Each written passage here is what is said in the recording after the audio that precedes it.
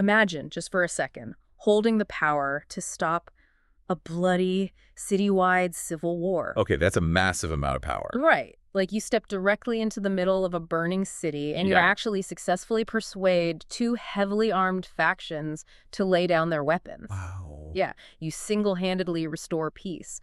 And your reward for this incredible act of diplomacy, you and your entire family are invited to the palace, thrown into a dungeon, and executed a few days later. God, that is a brutal historical reality. It really is. And that is exactly what happened in 14th century Italy, all because of one fatal psychological miscalculation. And it perfectly illustrates the landscape we are navigating today. I mean, we are looking at the mechanics of human persuasion. Yes. Specifically when the stakes are incredibly high, and the people involved are operating entirely on the logic of power. Exactly. So welcome to this deep dive. Today, we are unpacking an excerpt from the 48 Laws of Power, specifically Law 13, which is a document that pulls absolutely no punches. Not at all. Our mission today for you, the listener, is to figure out why our absolute default way of asking for help is wrong.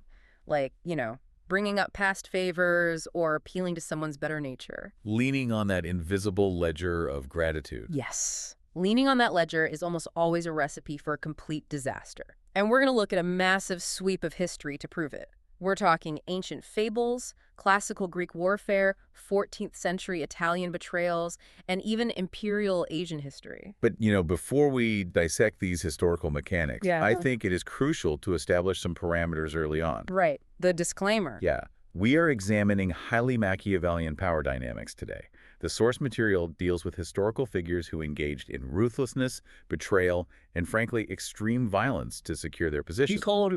Right. So we are here strictly to impartially analyze the underlying psychological and strategic logic of their maneuvers. We're dissecting how they operated, not endorsing them. Exactly. We are looking at what they believed about human nature, not endorsing the morality of these historical figures or their brutality. And I think that is the perfect lens for this. We're basically looking under the hood of human psychology, right? Figuring out how the engine actually works rather than how we sort of wish it worked. Which is often a very uncomfortable process. It is, because the core argument from the text is incredibly stark. It basically says, when you asking for help, you have to uncover something that will benefit the other person and emphasize it out of all proportion. You never appeal to mercy or gratitude. Never. Do not remind an ally of your past assistance. Find the benefit for them, or they will simply ignore you. It is a premise that just totally challenges the very foundation of how most of us are taught to navigate relationships. Oh, completely. I mean, we are conditioned from childhood to believe that human interaction is inherently reciprocal on a moral level. We think that a good deed automatically creates this lasting, unbreakable bond. Right, but to break down why that moral ledger is an illusion, we have to go all the way back to the 6th century BC. To Aesop. Yes, to a fable by Aesop. It sounds simple, but the imagery perfectly captures the cognitive breakdown of empathy. So picture a peasant who has an apple tree in his garden. Okay, got it. But this tree is completely barren. It produces no apples, no fruit, literally nothing of value to the peasant's survival. And in an agrarian reality, a tree that doesn't yield food isn't just neutral. It is an active liability. It's taking up vital soil and water. Exactly. The only thing this tree actually does is serve as a home for this massive flock of sparrows and grasshoppers. So to the peasant, the tree is an obstacle to his own agricultural productivity. Yeah. But to the insects and the birds, it is their entire ecosystem. You essentially have two completely opposing sets of self-interest occupying the exact same space. That's a great way to put it. So the peasant decides the tree has to go. He grabs his axe, walks up, and takes a massive swing at the trunk. Which is terrifying for the inhabitants. Oh, the sparrows and grasshoppers are suddenly watching their entire world shatter? They are terrified. So they do what anyone does when facing absolute ruin. They beg for mercy. Naturally. They swarm around him, pleading with him to stop. And their pitch to him is, spare our home, and we will sing to you. We will lighten your daily labors with our beautiful songs. Right. They are offering ambient gratitude. They are directly appealing to his sense of mercy. Exactly. Which, if you think about it, is an appeal to a secondary, highly abstract desire. I mean, they're offering an aesthetic pleasure to solve a structural survival problem. And the peasant's reaction, he doesn't even blink. He completely ignores their pleas, winds up, and delivers a second blow. Then a third. Complete indifference to their suffering. Total indifference. But then on the fourth blow, his axe splits the hollow of the trunk. And inside, he discovers this massive hive dripping with honey. Ah, the game changer. Right. He pauses, he dips his finger in, and he tastes the honeycomb. And the moment he tastes that immediate, caloric, tangible reward, everything changes. He throws down his axe, declares the tree to be sacred, and vows to protect it at all costs. Aesop's conclusion here is blunt, Self-interest alone moves some men. Yeah. But what's fascinating here is if we dig into the neuroscience and psychology behind why the peasant ignored the singing insects, it reveals a profound truth about human wiring. Ooh, tell me. Well, we tend to view empathy and mercy as passive traits, right? Like something that should just wash over a person naturally when they witness suffering. Yeah, we think it's automatic. But biologically and psychologically, empathy requires an active, strenuous cognitive leap. You mean you have to actually work to feel it? Precisely.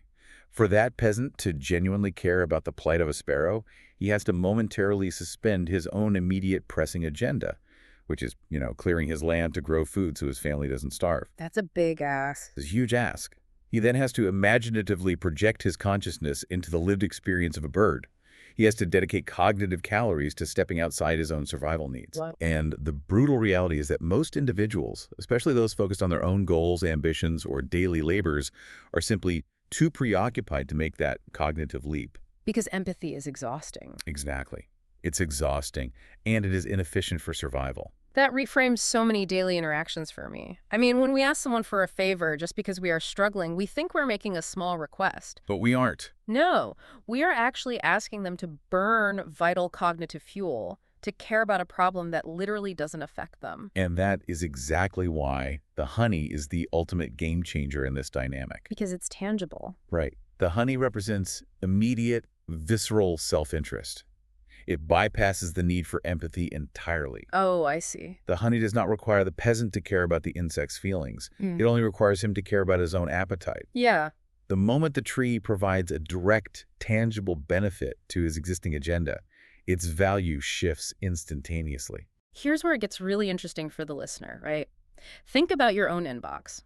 If you are a modern hiring manager or an investor, you are the peasant with the axe. You're just trying to clear the brush. Exactly. You are just trying to solve your company's immediate crises and get through the day.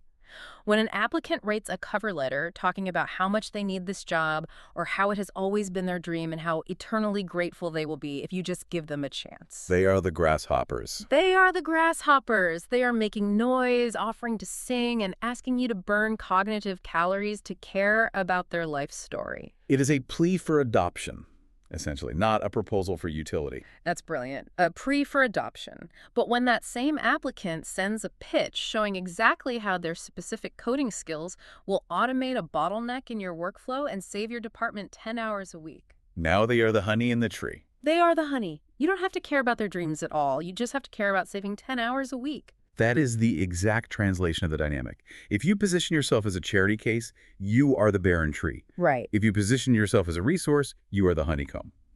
Human wiring prioritizes the latter with staggering, almost mathematical consistency. It is a psychological cold splash of water, honestly. Realizing that to get what we want, we have to literally stop talking about what we want.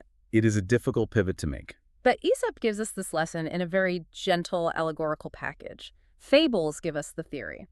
Yes, but human history shows us the deadly, literal cost of ignoring this psychology. Exactly. Because the gap between appealing to mercy and appealing to self-interest isn't just about missing out on a job interview. Historically, it is the gap between survival and absolute ruin. Which brings us right back to that burning city in 14th century Italy. Yes. Let's get into the fatal burden of gratitude. The tale of Castruccio. Let's do it. So, Lucca, Italy, in the 1320s. To understand the gravity of the situation, you have to really picture the landscape of Renaissance Italy at this time. It's not a unified country by any means. Not at all. It is this hyper-competitive chessboard of independent city-states. They are constantly at war, constantly shifting alliances. It was incredibly volatile. Very. Wow. And the men who ruled these cities, the condottieri, they're essentially mercenary warlords. And into this chaotic, bloody arena rises a man named Castruccio Castracani. Castruccio is the archetype of the self-made tyrant. I mean, he did not inherit his power. He seized it. Right. He used military brilliance, treachery, and an absolute willingness to shed blood. He is a man forged entirely in the fires of conflict. But, and this is crucial, he didn't seize power in a vacuum. He needed backing to get there, and he got it from one of the most powerful aristocratic families in Lucca, the Poggio family. Poggios. Yeah, they provided the political leverage and the resources to help install Castruccio as the lord of the city. But as you can guess, once Castruccio is firmly on the throne, the dynamic starts to shift. Yeah. He starts consolidating his own absolute power, and the Poggios begin to feel neglected. They feel that their initial investment in him isn't yielding the respect or the influence they are owed. It is the classic tension, isn't it, between the revolutionary vanguard and the new establishment. Totally. The Poggios believe they created Castruccio, and therefore they feel he should be inherently beholden to them. So in 1325, they decide to collect on that debt. Castruccio happens to be out of the city at the time, commanding troops in a war against Florence, which was Lucca's bitter rival. I was distracted. Very distracted. And the Poggios see their window. They conspire with other disgruntled noble families, they spark an insurrection, and they actually murder the governor Castruccio left in charge. Things escalate immediately. Instantly. Suddenly, the streets of Lucca are a total powder keg. Castruccio's loyalists and the Poggio rebels are drawing swords, they're barricading the streets, and they are preparing to literally slaughter each other. The total collapse of civic order is imminent. Enter Stefano di Poggio. He is the patriarch of the family. He's this older, wise, aristocratic statesman who actually opposed the rebellion in the first place. He saw it as a bad idea. Yeah, he saw it as a reckless gamble that would only end in a bloodbath. But when the violence breaks out, Stefano steps directly into the fray. He leverages his immense personal authority, commands his family to lay down their weapons, and forces a ceasefire. He de-escalates the entire city. He really does. He tells his hot-headed relatives, "Let me handle this. Trust my diplomacy." Because Stefano truly deeply believes that his intervention to stop a civil war will be recognized by Castruccio as a supreme act of nobility. And this is where we see the fatal flaw. Stefano was operating on a fundamental misunderstanding of the currency in play. Yeah. He assumes that a return to order and peace has inherent universal value. And more dangerously, he assumes that Castruccio shares his moral framework. So Castruccio receives word of the uprising and he force-marches his army back to Lucca, fully expecting to have to lay siege to his own city. He's probably furious. Oh, beyond furious. But when he arrives, he finds the gates open and the streets completely quiet. Stefano has delivered the city to him perfectly intact. So far, so good for Stefano. You would think. So Stefano requests an audience with the prince, and this is where Stefano makes his catastrophic pitch. Let's unpack this pitch. He walks into the palace and explains how he personally intervened to stop the fighting. Then he begs for mercy for his family. He says the rebels were just young, foolish, and hot-tempered. He's making excuses for them. Right. But his final argument is the nail in his own coffin. He reminds Castruccio of the past. He details exactly how the Poggio family spent their wealth and risked their lives to put Castruccio in power years ago. Oh, no. Yes. He says because of our past generosity, the only just thing to do is to pardon us and listen to our grievances. He essentially hands a paranoid dictator an itemized invoice for past services rendered. Exactly. He leverages past debts and subjective morality as his primary negotiating tools. And Castruccio's reaction, it's a masterclass in dark deception. He doesn't explode in anger. He sits there calmly. He listens with what looks like deep appreciation. A total poker face. Completely. He tells Stefano to put his mind at ease, assuring him that justice will be done. He even invites Stefano to bring the entire leadership of the Poggio family to the palace that evening to formally reconcile. Wow. And as Stefano leaves the room, Castruccio says aloud that he thanks God for the opportunity to demonstrate his clemency. It is the flawless performance of a magnanimous sovereign. Just chilling. But the reality is a nightmare. That evening, the Poggio family arrives at the palace completely expecting a banquet and a treaty. Instead, Castruccio has his guards arrest every single one of them. Just like that. Just like that. They are thrown into the dungeons, and within days the entire family is executed, Stefano included. The historical account of Stefano di Poggio really serves as the ultimate cautionary tale of someone who fundamentally misjudges the psychology of power. Yeah, he really did. Stefano believed that his peaceful intentions and his family's past favors created a protective force field around him. He actually thought gratitude was a bond. I have to pause here because, when you read this, the immediate visceral reaction is just revulsion. I mean, Stefano physically saved Castruccio's city from burning to the ground. He did. Isn't there any baseline honor among allies? I mean, even if you are a ruthless warlord, surely you recognize the utility of someone who just handed you your city back. If past favors and saving the city don't buy you an ounce of goodwill, what should Stefano have done? Well, it is entirely natural to look for the honor in the exchange because that is exactly how we stabilize our daily lives. We rely on that social contract. Right. But we have to analyze this through Castruccio's operational reality, not our moral one. To a man whose survival depends entirely on projecting absolute, unquestionable dominance, gratitude is not a warm, unifying bond. What is it then? If we connect this to the bigger picture, gratitude is a chain. The analytical framework of the text asserts that for the powerful, gratitude is a terrible burden that they will gladly and often violently discard. Because it implies you owe someone. Exactly. Think about the subtext of Stefano's pitch. When Stefano said, "Remember when we helped you?" he was not evoking nostalgia. No. To Castruccio's ears, Stefano was saying, "Remember when you were weak. Remember when you were vulnerable and incapable of securing power without us." Stefano was directly evoking Castruccio's deepest insecurity. Wow. To owe someone is to be subservient to them. So Stefano thought he was calling in a favor, but he was actually threatening the dictator's ego. Precisely. And to prove this point, look at Castruccio's psychological track record. Years prior to this event, he had executed one of his closest, most devoted friends. Wait, really? Yes. And when his advisors quietly confronted him about it, asking how he could kill an old friend, Castruccio replied, "I executed not an old friend, but a new enemy." That is so cold. It's a mindset that categorizes human beings strictly by their current utility and their potential threat level. Yeah. The moment the Poggios orchestrated a riot, they transitioned from allies to threats. Reminding Castruccio of their past leverage only highlighted how dangerous they were. So he was just clearing the board. Castruccio didn't just eliminate the threat, he rid himself of the burden of obligation entirely by eliminating the people he was obligated to. So if asking for mercy and calling in past debts was a literal death sentence, what was Stefano's alternative? Like, once the rebellion started, was he just doomed no matter what? Not necessarily. Even after making the fatal error of disarming his own faction and placing himself entirely at Castruccio's mercy, Stefano still had diplomatic avenues. Okay, like what? But none of them involved looking backward. He needed to pivot entirely to the future. For example, he could have offered vast sums of the Poggio family wealth to fund Castruccio's ongoing war against Florence. Feed the war machine, give them a tangible benefit. Exactly. Or he could have leveraged the Poggio's aristocratic connections. They had immense influence with the great old money families down in Rome. Stefano could have offered to broker strategic marriages that would legitimize Castruccio's rule on a national level. So he needed to offer a future benefit, not collect on a past debt. He needed to show Castruccio the honey. Precisely.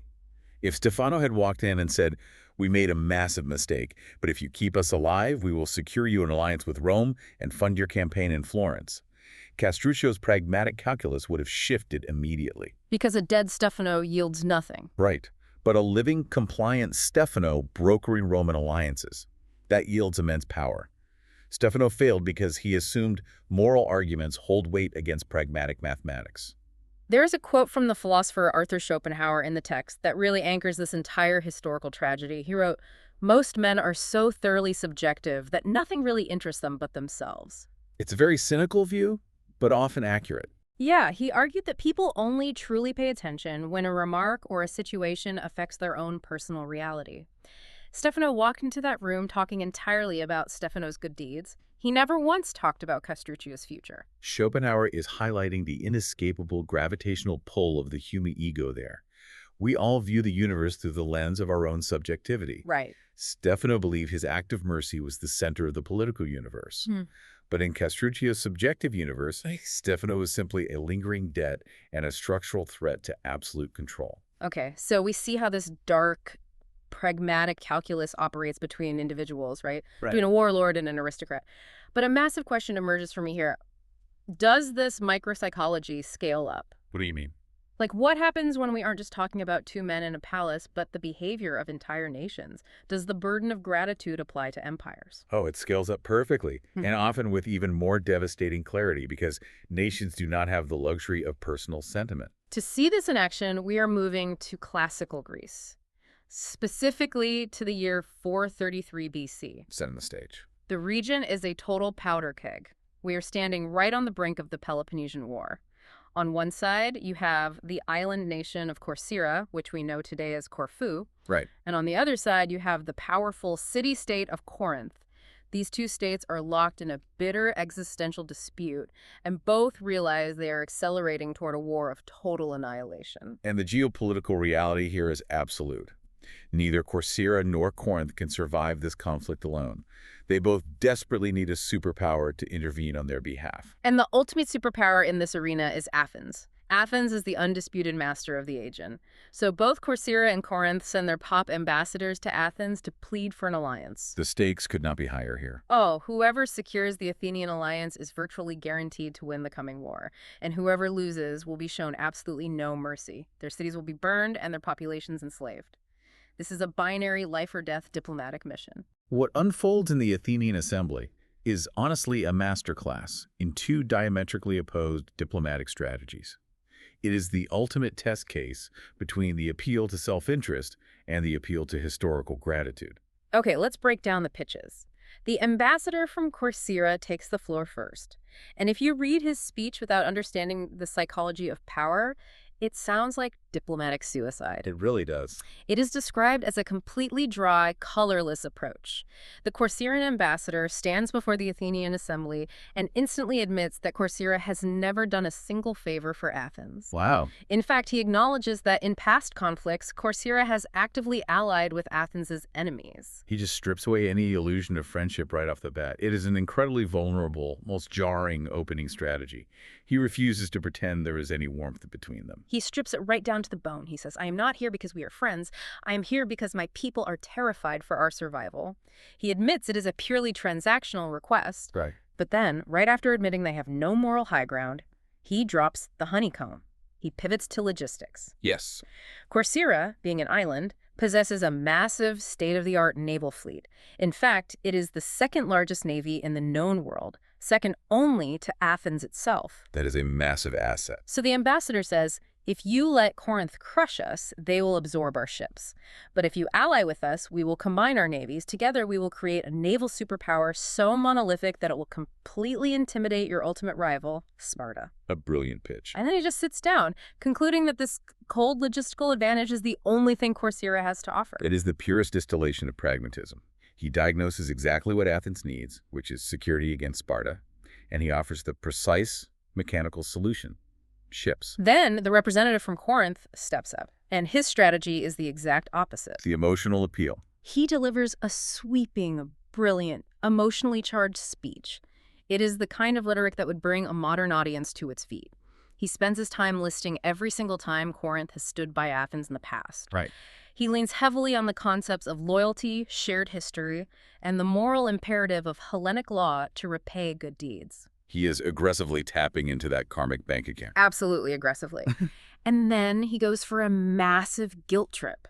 He turns to the assembly and asks, how will it look to your other allies if you abandon a loyal historical friend like Corinth just to make a cynical deal with your former enemies? Heavy guilt trip. He makes the entire decision about Athens' moral reputation and their obligation to show gratitude. This is where we really have to evaluate the mechanics of the pitches. To a casual observer, the Corinthian speech is undeniably more persuasive on an emotional level. It evokes righteousness, loyalty, and reputation. Yeah. If this were a movie, Corinth wins the Oscar, and the music swells as Athens embraces their old friend. But what actually happens? The Athenian assembly debates the issue. On the first day, they are divided. But on the second day? On the second day, the pragmatists take over. They vote overwhelmingly to ally with Corcyra, and they completely abandon Corinth to the wolves. Incredible. The dry, colorless pitch totally obliterates the passionate, emotional appeal. This raises an important question. Why did Corinth's strategy backfire so spectacularly? Because the Corinthian ambassador catastrophically misread his audience.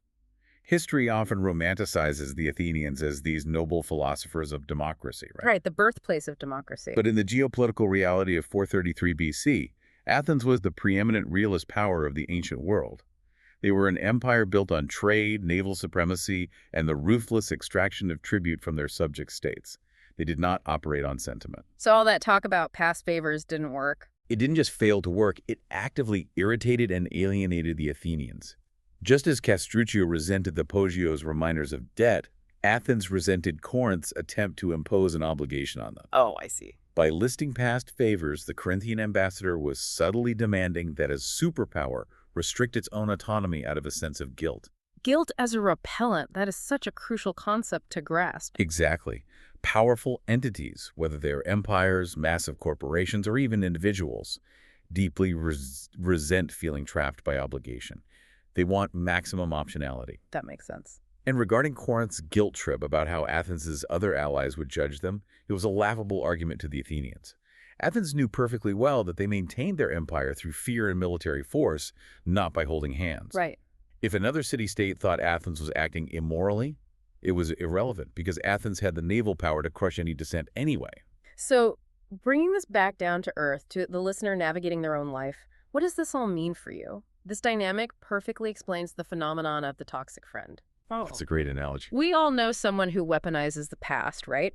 You are trying to negotiate something simple, like who is paying for dinner or whose turn it is to drive, and suddenly they bring up the fact that they helped you move a couch 5 years ago. It is the immediate introduction of debt into a casual interaction. Yes, and when they do that, do you feel a sudden, warm rush of affection and gratitude? Do you think, oh, my dear friend, let me buy you this pizza? No, you feel manipulated. Exactly. You feel immediate resentment. You feel cornered. You might pay for the pizza, but internally you are deciding never to hang out with them again. Absolutely. Weaponizing the past doesn't build a bond.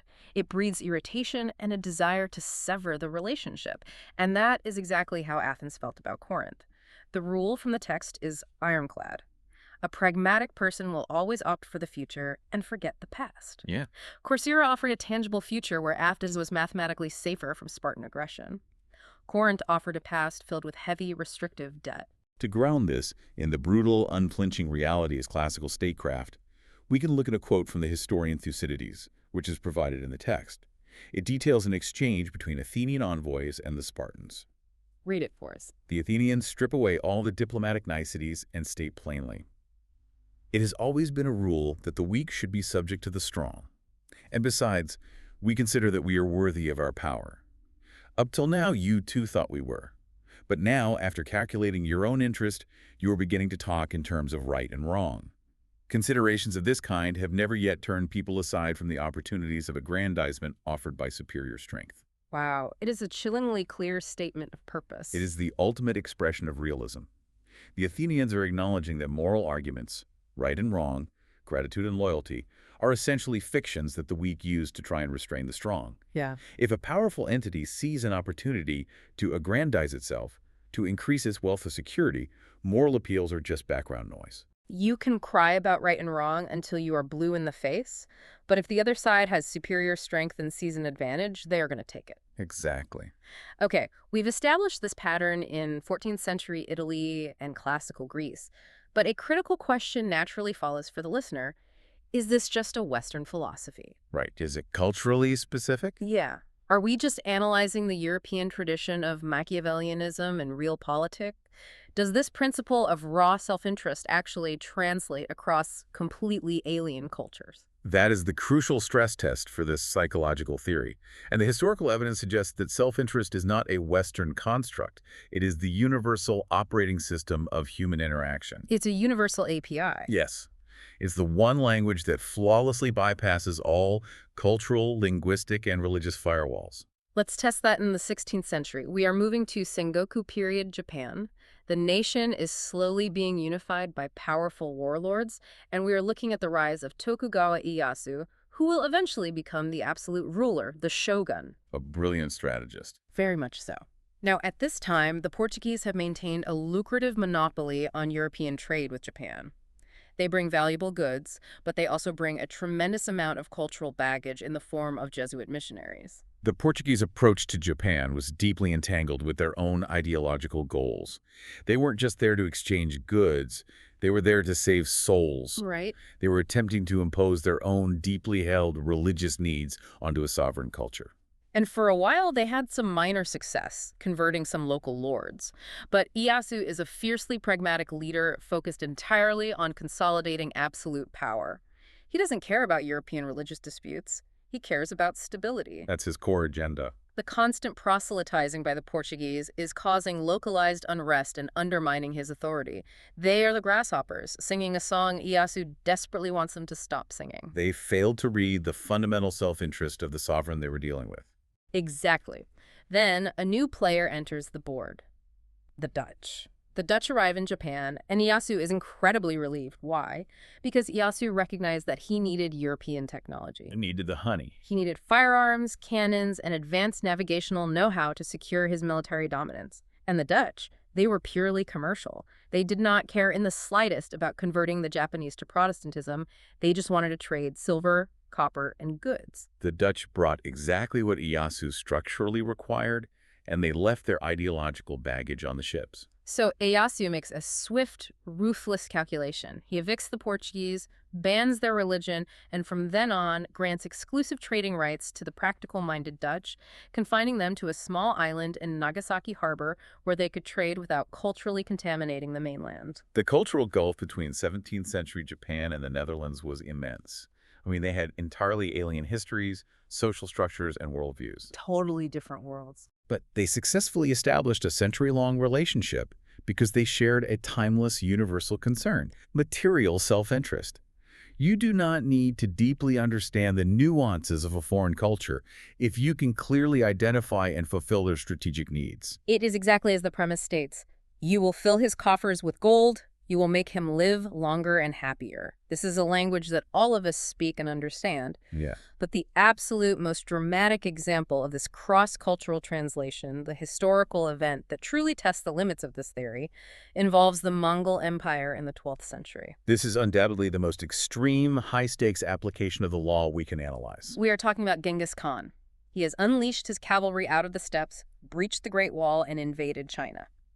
Now, Genghis Khan is looking at a sophisticated agrarian civilization that has thrived for over 2,000 years. A completely different way of life. It's a culture of poets, engineers, complex bureaucracies, and sprawling cities. But Genghis Khan is a nomadic conqueror. To him, this entire civilization is incomprehensible. More importantly, it is useless. Right. The historical accounts say he looked at the vast agricultural plains of China and saw only one thing: a country that severely lacked pasturing for his horses. It is an existential threat driven by a completely alien worldview. The Mongol military machine required massive expanses of grassland to sustain their cavalry. Cities and farms were, from Khan's perspective, active impediments to his logistical supply chain. So Genghis Khan comes up with a chillingly practical solution. He decides he is simply going to destroy the entire civilization. Wake it up. He plans to level the ancient cities, slaughter the millions of inhabitants, and, as he put it, let the grass grow. He wants to literally bulldoze a 2,000-year-old culture to turn it into a giant horse pasture. How do you even begin to negotiate with a force that views your very existence as an environmental nuisance? That is the ultimate question. And the hero of the story is not a Chinese general with a massive army. It is a man named Yelu Chucai. Okay. He was actually a Khitan foreigner who had deeply integrated into Chinese culture and understood its immense value. Through his own political maneuvering, he had managed to become a trusted advisor in Genghis Khan's inner circle. Now, to understand Chucai's genius, we have to look at what he didn't do when Khan announced his plan for genocide. Because the instinct for almost anyone in Chucai's position would be to make an impassioned moral plea. Exactly. But Chucai didn't fall to his knees and beg for mercy for millions of innocent farmers. He didn't write eloquent essays trying to educate Genghis Khan on the sublime beauty of Chinese poetry or the profound wisdom of Confucian scholars. He didn't try to appeal to Khan's shared humanity. No. Because Chucai recognized a fundamental truth. Yeah. To Genghis Khan, those concepts were literally meaningless noise. Just buzzing grasshoppers. Exactly. Khan was a product of the harsh, unforgiving steppes. He valued strength, mobility, and wealth.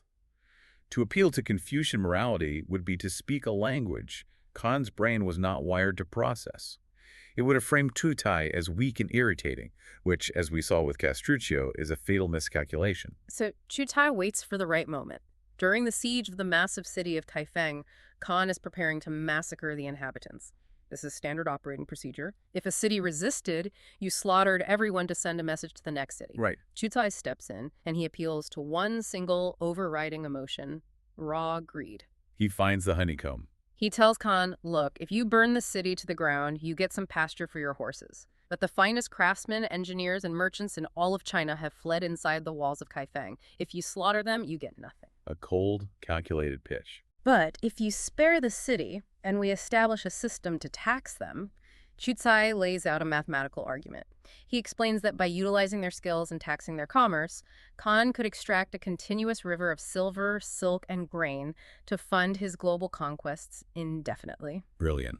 He showed Khan how keeping the Chinese alive was infinitely more profitable than killing them. And critically, Chutai wasn't just offering a vague concept of wealth. He was offering a bureaucratic mechanism that Khan could understand. He translated the value of human lives into the currency of imperial logistics. And it worked. Khan ran the numbers, saw the vast potential for wealth, and called off the massacre. He spared Kaifeng, and ultimately spared the foundation of Chinese civilization. It's an incredible historical pivot. It is. Now, Khan showed mercy, but we have to be clear about the mechanics here. It wasn't actually mercy born of empathy. It was just highly optimized greed. This historical set piece perfectly encapsulates what is fundamentally necessary for profound persuasion. To successfully influence someone, particularly someone holding vastly disproportionate power over you, you must practice a very specific, almost clinical type of empathy. Clinical empathy, I like that. You have to aggressively rid yourself of your own feelings, your own moral outrage, and your own desperation. You must drop your subjective screen and force yourself to look at the world entirely through their eyes. Which is so hard to do when you're desperate. It is incredibly difficult, but you have to ask, what do they value? What are their structural needs? What are their insecurities? Yilu Chutai had to mentally inhabit the brutal, extractive worldview of a nomadic warlord. He found the lever of self-interest, and he pulled it with absolute precision. Most people fail at this entirely because they are completely trapped inside their own panic. When they need something, they talk entirely about why they need it. Because it's all they can see. Yeah, they assume the person they are pitching has a selfless, benevolent interest in helping them. They go for big emotional appeals, love, gratitude, fairness, completely missing the reality that the powerful person is locked inside a matrix of their own pressing needs. Yes.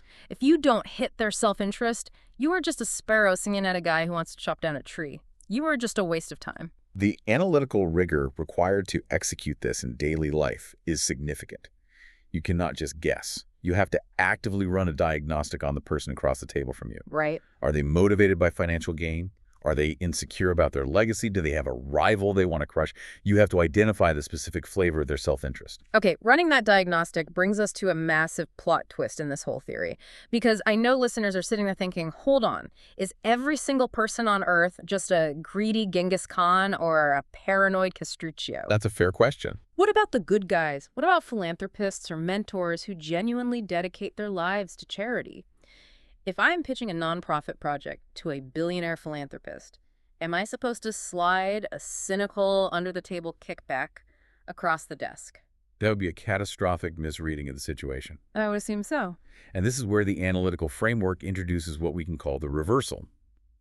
The psychological principles don't break down when encountering charity. They simply shift currency. Shift currencies? How? The reality is that some powerful people will find an appeal to raw, cynical greed to be deeply offensive.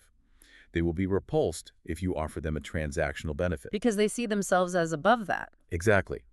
But that does not mean they are devoid of self-interest. It simply means their self-interest takes a completely different form. Ego. Vanity as a currency. Precisely.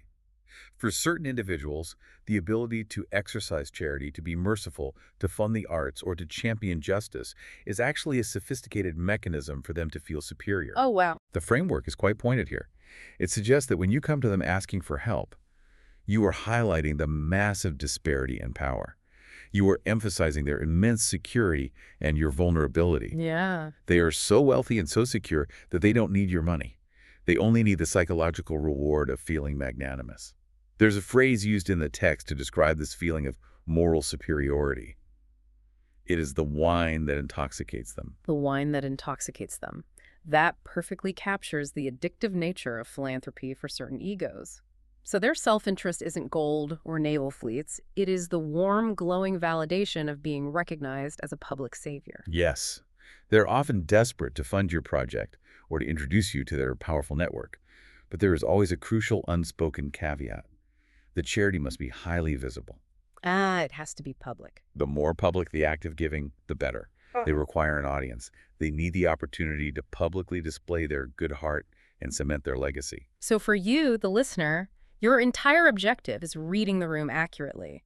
When you are sitting across from a decision maker, you have to run that diagnostic and figure out which currency they trade in. If you get it wrong, you are doomed. Right. The rule of thumb here is brilliant in its simplicity.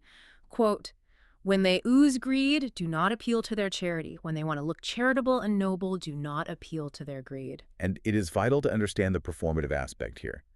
If you approach a deeply vain person and provide them with a high-profile opportunity to be charitable, you are not conning them. No, you're not. You are genuinely fulfilling their core desire. It is their profound pleasure to give, and more importantly, to be seen giving.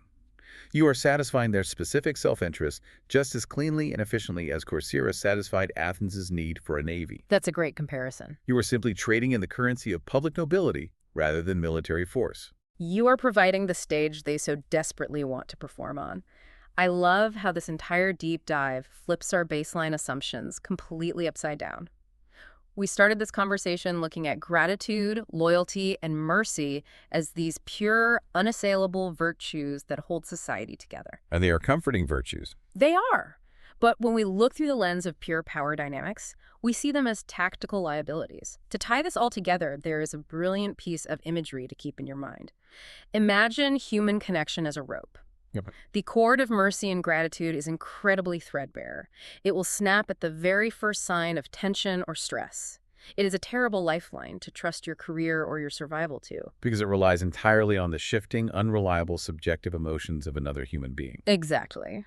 But the cord of mutual self-interest, that cord is woven of steel fibers. It is incredibly difficult to sever, and it will hold your weight for years because it is anchored in the one fundamental, unchanging law of human nature, a person's desire to benefit themselves. That is the ultimate anchor. So the next time you find yourself needing to ask for a massive favor, or pitching a startup, or trying to secure a partnership, I want you to remember that peasant standing in the garden with the axe. Right. Stop looking at your problem through the lens of your own desperation. Force yourself to look at it through the lens of their desires. Find the honey in the tree. You know, this entire exploration does leave us with a profound, lingering question, though. Oh. If this framework is fundamentally accurate, if human interaction is ultimately governed by self-interest, whether it manifests as raw material greed or sophisticated public vanity, we have to ask ourselves something quite dark. Let's hear it. Does genuine selfless altruism actually exist? Or is every single act of supposed charity and kindness simply a beautifully disguised transaction designed to purchase ego, social standing, or a quiet conscience? Oof. That is a heavy, slightly unsettling thought to walk away with. Is the karmic bank account just a comforting myth we invented to hide the real machinery? I love it. It's worth considering. It really is. We will leave you, the listener, to ponder that puzzle on your own. Thank you so much for joining us on this deep dive. As you head out into the world, try viewing your next high-stakes interaction not as a plea for help, but as a lock waiting for the right key. Find their hidden self-interest. Turn the lock, and we will catch you next time.